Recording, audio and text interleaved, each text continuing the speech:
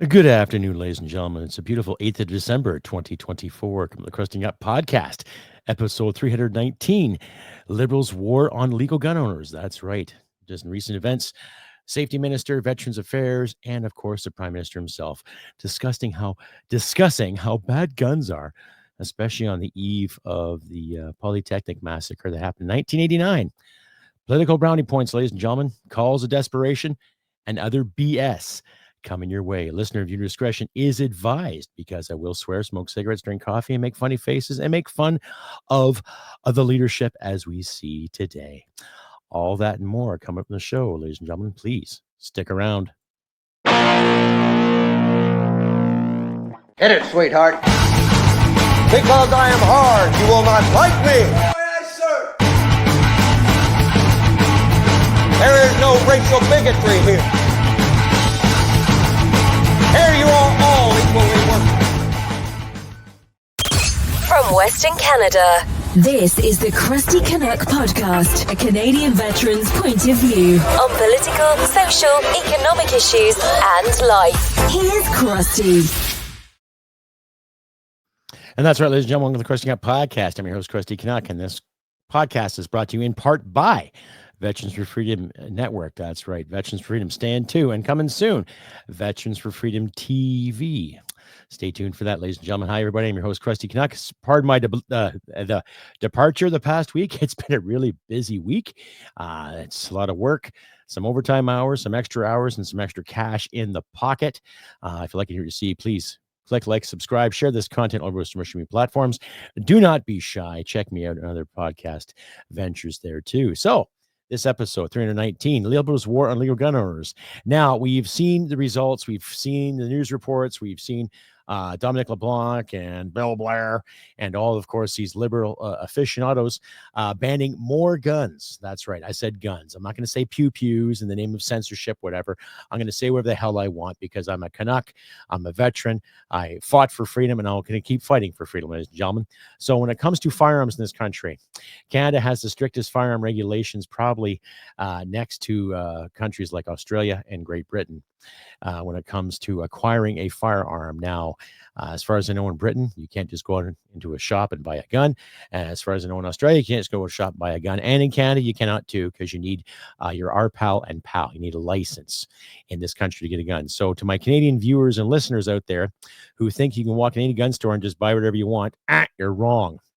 Okay. Now, since the Liberals have gotten into power in 2015, one of their big platforms was gun control, even though it wasn't out of control when it came to legal gun owners. Now, there was crime here, crime there. But since the better part of 2018, StatsCan has proven that gun crimes have gone up. Domestic violence has gone up. Okay. Robberies have gone up. Crime has gone up, period. Okay. Now, Dominic LeBlanc, he's nothing but a career politician who has done favors for family members with Canadian taxpayers' money, getting this contract, getting that contract, helping other people out besides people in his constituents, people in his riding. Okay. So make a long story short, this is basically just political brownie points for the Liberal government. Calls of desperation, per se, calls of, oh, look what we're doing. We're actually caring about what we're doing. Okay. And you have a lot of police services in this country: Vancouver, Winnipeg, Peel Region, west of Toronto, Toronto Police Service, York Region Police Services, north of Toronto. Okay. Montreal. And I think on the East Coast too. They've all said to the federal government, your plan is not working. Okay. Now, I myself, I am a gun owner and I'm a bit of a collector too. Probably because I spent 20 years in the Army and I'm familiar with lots of weaponry. Oh my goodness. Ooh, can you say paradise? Okay. But that doesn't mean I'm a warmonger. That doesn't mean I'm going to hurt my wife or hurt my loved ones with said bang bang pew pew stick. Okay. Now, the way the government approaches anything when it comes to safety in this country, the record has been, how do you say, not so good. Because look how this government looks after defense in this country. Look how the government has actually looked after the borders. Look how the government is actually looked at when it comes to personal safety. Not too well. Okay. You've had police officers this year go on television telling people to keep their keys handy in case someone wants to steal your car. So therefore nobody gets hurt. So basically lie down and comply. Okay. You've also had certain police officers tell you, do not retaliate, do not fight back because your life might depend on it. Okay. Now, we've also seen some riots this week. Okay. There was one in Montreal there about 2 weeks ago because, the prime minister had to go to the Taylor Swift concert to be with his teenage fans and all this stuff. Meanwhile, Montreal has had a riot. The whole called pro-Hamas and the pro-Palestinians protesting against some NATO issue. Okay. Now,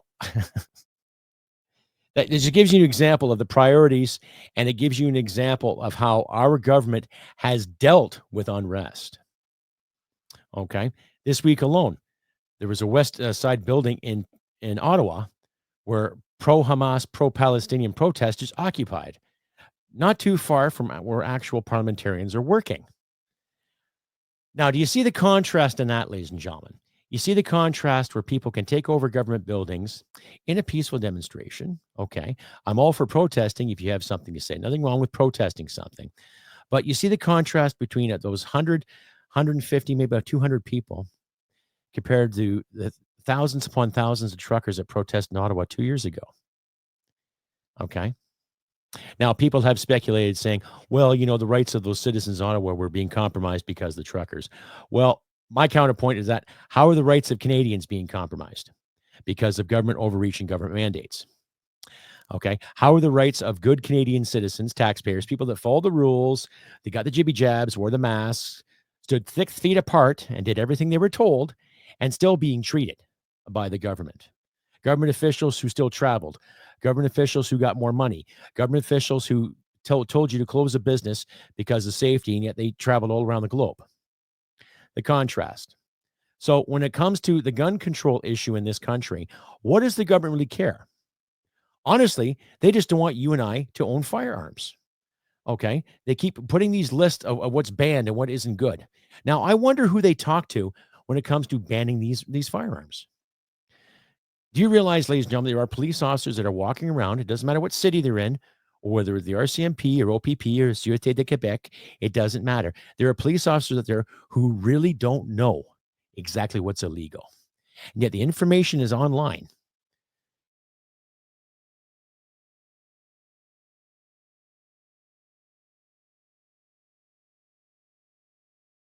Arm in this country.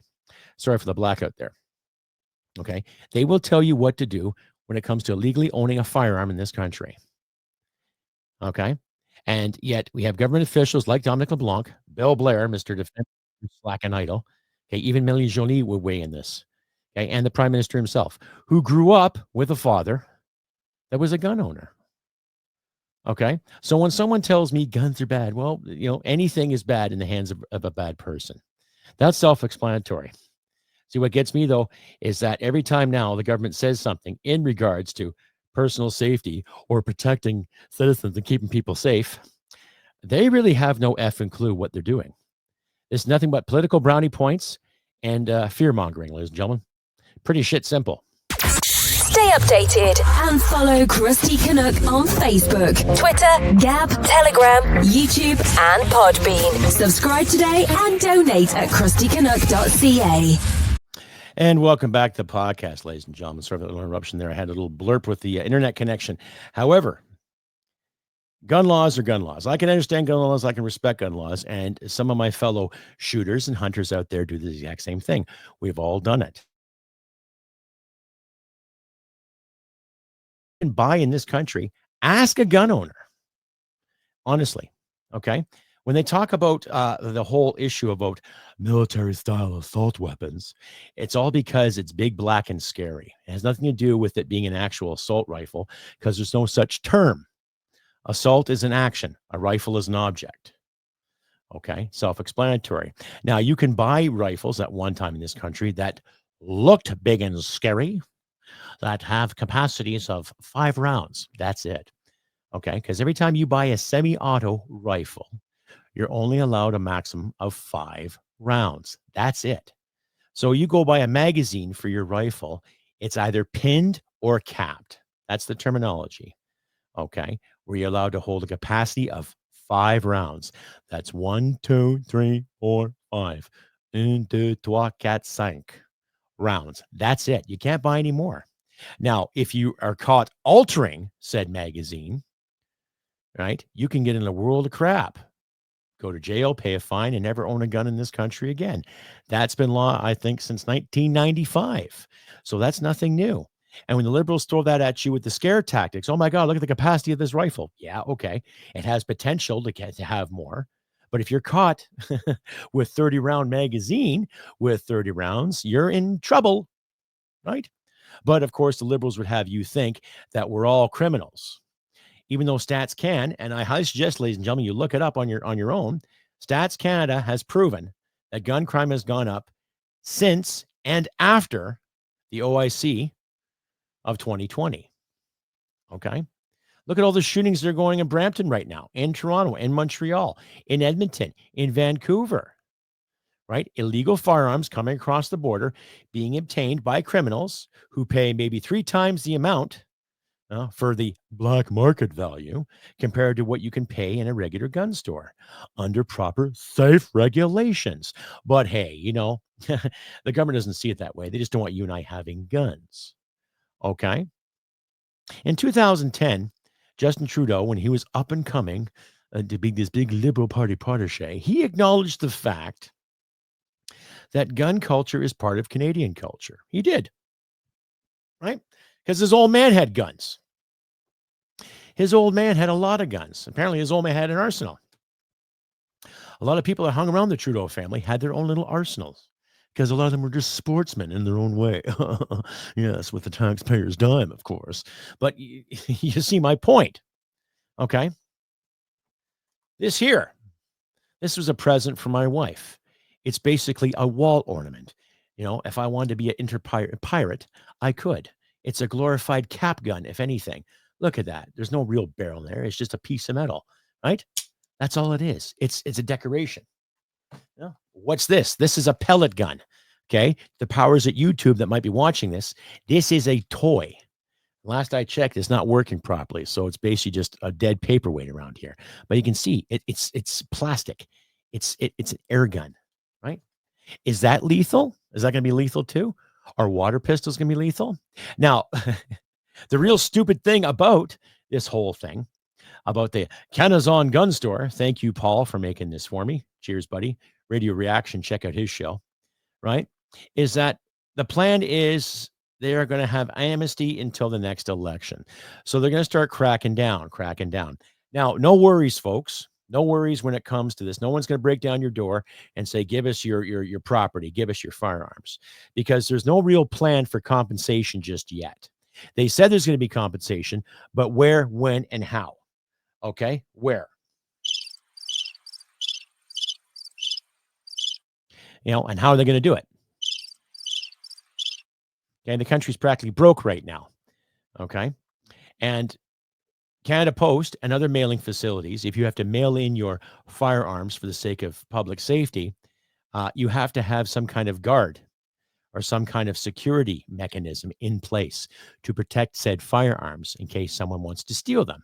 And based on the actions of the major cities and certain individuals that have been stealing, robbing, and hurting and burglarizing people and being caught and then released because of Bill C-75, the security issue has gone through the roof.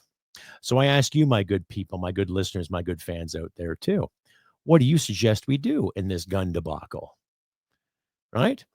So basically just hold on to them, keep them safe, keep them secure, and just wait until time passes. That's my logic. Right? See, my American listeners, here in Canada, we cannot defend ourselves with a firearm. Okay. Now, in the criminal code, it basically says force upon force. So if someone's coming at you with a bat, you can have a bat too. If someone's coming at you with a sharp pointed stick, you can have a sharp pointed stick too. But 9 times out of 10, let's say the scene gets investigated by any police service, and the investigating officer or constable that's on scene assessing the information, 9 times out of 10, you probably get charged too and hauled down to the station and arrested. Okay. And let's say if someone breaks into your home and uses a firearm against you, they pop off a shot, you pull out your firearm and pop off a shot and you hit that individual. Okay. You've done force with force. But as I mentioned, 9 times out of 10, you'll still get hauled into jail and have to go before the King's Bench, what we say here in Canada, meaning go to court in front of a judge and plead your case. Now, to get representation, to get a defense attorney, a good defense attorney, you're looking anywhere from 10 grand to 15 grand or more. So it's not really a win-win situation. You'll probably get off because you can prove that you defend yourself. But all that time and effort and money that you've had to spend to defend yourself, that's where they get you. Okay. I'm a believer where I do believe in castle laws. Someone breaks in your house that has intent on hurting you or stealing something from you. I believe you should let them have it. It doesn't matter who they are. Doesn't matter what gender, doesn't matter what race. Someone has intent on doing something terrible to you. I believe you have every right to defend yourself. That's simple. And contrary to the myth, I've actually engaged with some people online in regards to what you can purchase in this country legally. And there are still some Canadians out there that think you can just walk in any gun store and pick up any machine gun that you want or any automatic rifle and go pew, pew, pew, pew, pew, pew, like frickin' Star Wars. Well, no, ladies and gentlemen, you cannot. You cannot buy any kind of automatic weapon whatsoever. Because in 1977, they banned them all. So it's that simple, right?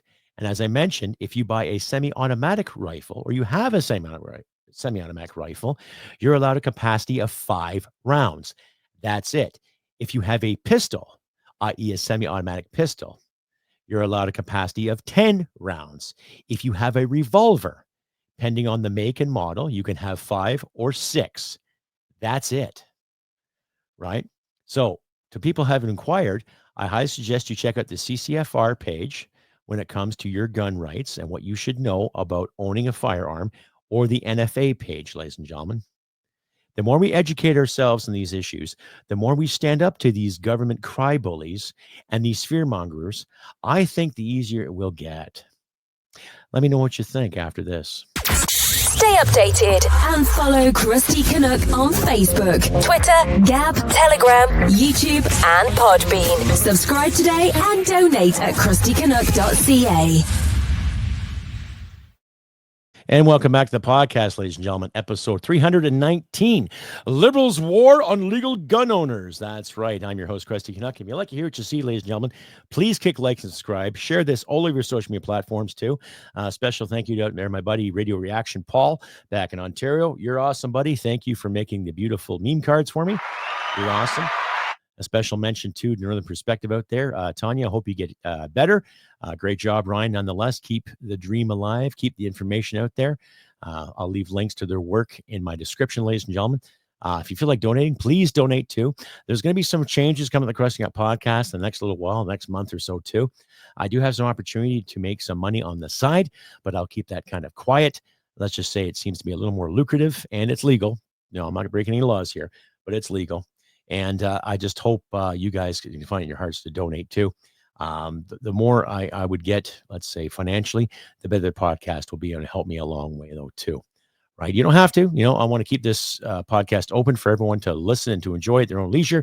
But if you do feel like donating a consistent, $3 to $5 a month, that would help me a great deal. And I'd be ever so grateful, ladies and gentlemen. So please consider that as well too.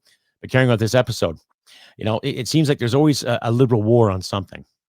We've seen how the liberal war is affecting us on free speech with bills C-63, basically promoting the what if you say something, or the what if you commit something, kind of like the cognitive thing, precogs from the movie Minority Report that Steven Spielberg did about 20 years ago.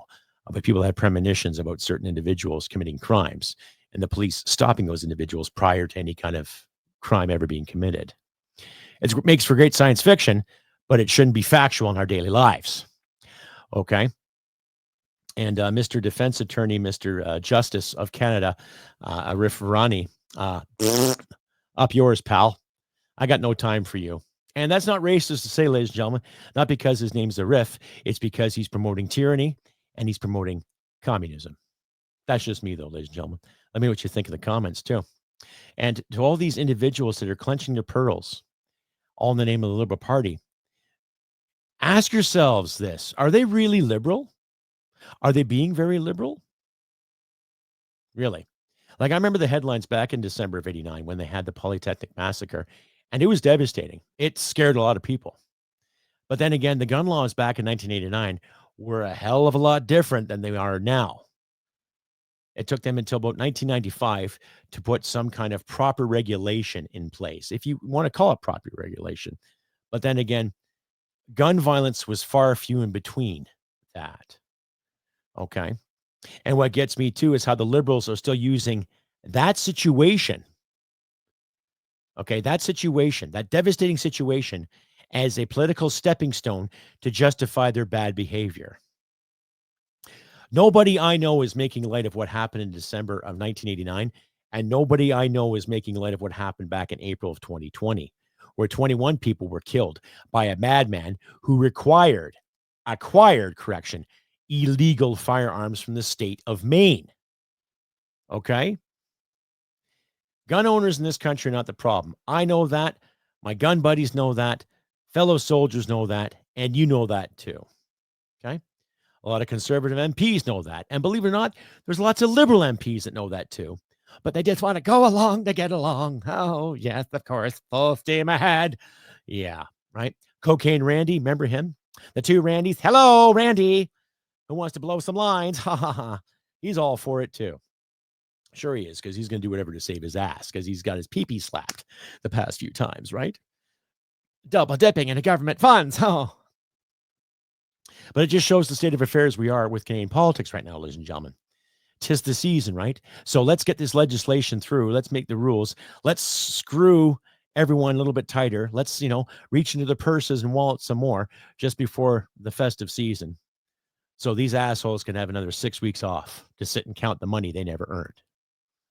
That's the way I look at the political machine right now, ladies and gentlemen. I don't see it as being as effective or beneficial to anything other than just hearsay. Just hearsay. They're not being fair. They're not being good to anybody. They don't want to be good to anybody. They're all trying to cover their asses and save face, right? Because they'd rather save face than face the facts. Okay. Now, you've heard me ramble on about liberty. Okay. And I've actually had some criticism from some people from the X feed and from Facebook saying liberty is such an American concept. No, it's not an American word. It's an English word, right? Liberalism is a derivative of liberty. Okay. And now, from both sides of the border, whether you agree with American liberty or Canadian liberty, liberty is liberty, period. Okay. And owning a gun to me is good. Like owning a car, owning a refrigerator. It's an object. You pay money for it. You own it. You use it. Okay. Now, I haven't been out shooting for a while, probably because I had any time. Right. And ammunition is expensive.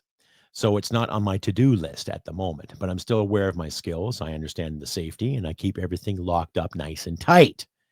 Right. So no bad man want to come and steal my firearms and cause some crimes. That's the liberal logic, because, someone might steal my stuff and use it in a crime. Even though it's been proven that half the criminals, or more than half of the criminals that have been caught in this country, have received these firearms illegally. Illegally. I said illegally.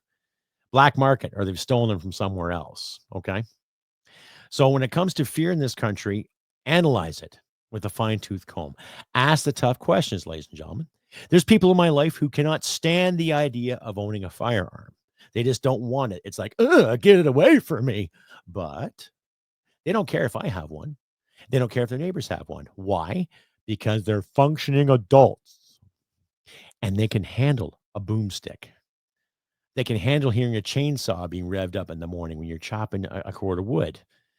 They can handle you revving up your engine to check your timing and everything. They can handle motorboats going back and forth and people laughing and dancing and having a good time because they don't care, right? See, the more and more you leave people alone, the more and more you let people do their own thing, the more and more you don't have to incorporate fear. And the more and more you don't have to control anything. You see where I'm getting at here? Okay. So it doesn't matter to me who owns a gun. It doesn't. It doesn't matter to me who owns a Corvette. It doesn't matter to me who owns an Acadian. I don't care. Remember those little Chevrolet Acadians? I think it was. Or, no, I'm sorry, the Chevrolet Chevettes. It was a good practical car at the time. Gas efficient mobile. Yes, great automobile. Gas efficient, but you know what I'm getting at here. I really don't care what people own, what they do. The moment you use something in vain, i.e., use your firearm in a crime, then there's a problem. Okay. The moment you use a hammer in a crime, or a pointed stick or a baseball bat in a crime, there is a problem and you deserve to be penalized accordingly. Okay. But the more and more we let these fear mongers dictate to us, the more and more individuals are going to comply with it. Now, I'm not encouraging anybody to break the law. I'm not going to encourage anybody to use said pew-pews in a bad thing. But I do believe in defending yourself, ladies and gentlemen, and there's the dilemma that might happen later on. But I'm not telling you to do anything bad. But I will tell you to stand up for what's right and ask the tough questions and make sure all legal dots are crossed and all T's are crossed and all legal I's are dotted. You know the routine. Just keep your heads level. That's all, ladies and gentlemen. And especially this time of year, too, Christmas is coming. So we're going to have to be a little more nicer and a little more patient. If you're having a difficult time, don't be afraid to ask for help. Okay? People are still panicking at what Trump said when Mr. Trudeau went down to Largo, have a little chat with him about the 25% tariffs and how Trump would say something about Canada being the 51st state. Well, he was kidding, ladies and gentlemen. I don't think he'd ever follow through on anything like that. That'd just be stupid because you'd have the whole world to deal with, because there's still a lot of people that like Canada, even though we're kind of the laughing stock of the free world because of our leadership. But hey, nobody's perfect. But what gets me is that they want these individuals want to ban guns in this country and stop gun crime and stop hatred. And yet they never did anything about the country's welfare during the lockdowns or prior to the lockdowns when it comes to how we look towards the world. See, these individuals want to defend the sovereignty and defend Canadian tradition, even though half of those clowns in that party said we have no national identity. We're a post-national state. So you see the contrast and you see the infighting that they're doing right now, too, based on a report that my friends at Northern Perspective put together. Apparently, there's a few liberal politicians that are at each other's throats because of a disagreement over certain jurisdiction or certain elements of the Sikh community or the Sikh community. You know, it's just a real dog's breakfast, ladies and gentlemen. That's all it is. So when it comes to the welfare of firearms owners in this country, stand high, ladies and gentlemen, because you have good people at the NFA and the CCFR working in our behalf, and bless them too. If you want to give them a donation to help them out, please do. I highly suggest it. They're good people in the organization, but just, stand firm and keep a level head. That is all. Because this time of year is good to reflect on the important things and family, friends, and to show some gratitude for what we all have. I'm grateful because my wife's in my life. I'm grateful because we're both employed, and I'm grateful because I got the lights on here. And I'm grateful for my family back in Ontario, my friends Peter, and his new girlfriend Becky, my aunts and uncles. I am grateful for a lot of things. And for those of you who I did not mention, well, don't take it personally, but I've reached out to a lot of people over this past year, and I never got a lot of callbacks. So that's something on you guys. Okay? I'm not going to play the high school chase game anymore when it comes to getting information from anybody or inquiring how you're doing. You all have little fingers and little cell phones. You can text and type too. That's all I'm going to say on that. But anyhow, ladies and gentlemen, this is my spiel for the Liberals' war on legal gun owners. Don't fall for the panic. Don't fall for the hype.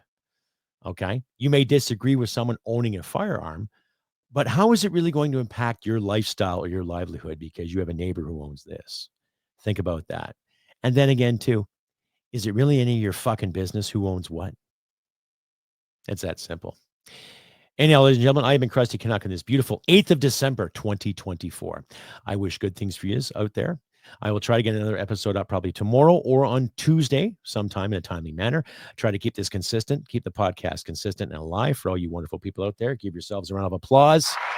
You guys are awesome. This festive season, try to be awesome. Try to be good to yourselves and each other to the best of your ability. Okay. Remember that if you can't always get the great present, then it's the thought that goes behind it and the action that goes behind it too, ladies and gentlemen. Just do your best to be good to people. It's that simple. Screw the rhetoric, screw the politics. Doesn't matter what happens in the States, doesn't matter what happens here. Look after your friends and your family and just stay focused on what's good for you for now. Right? Don't let the manufactured darkness take away your light, ladies and gentlemen. And just do what you can to be good to each other in these trying times. Help a neighbor, help a friend out, help a family member out.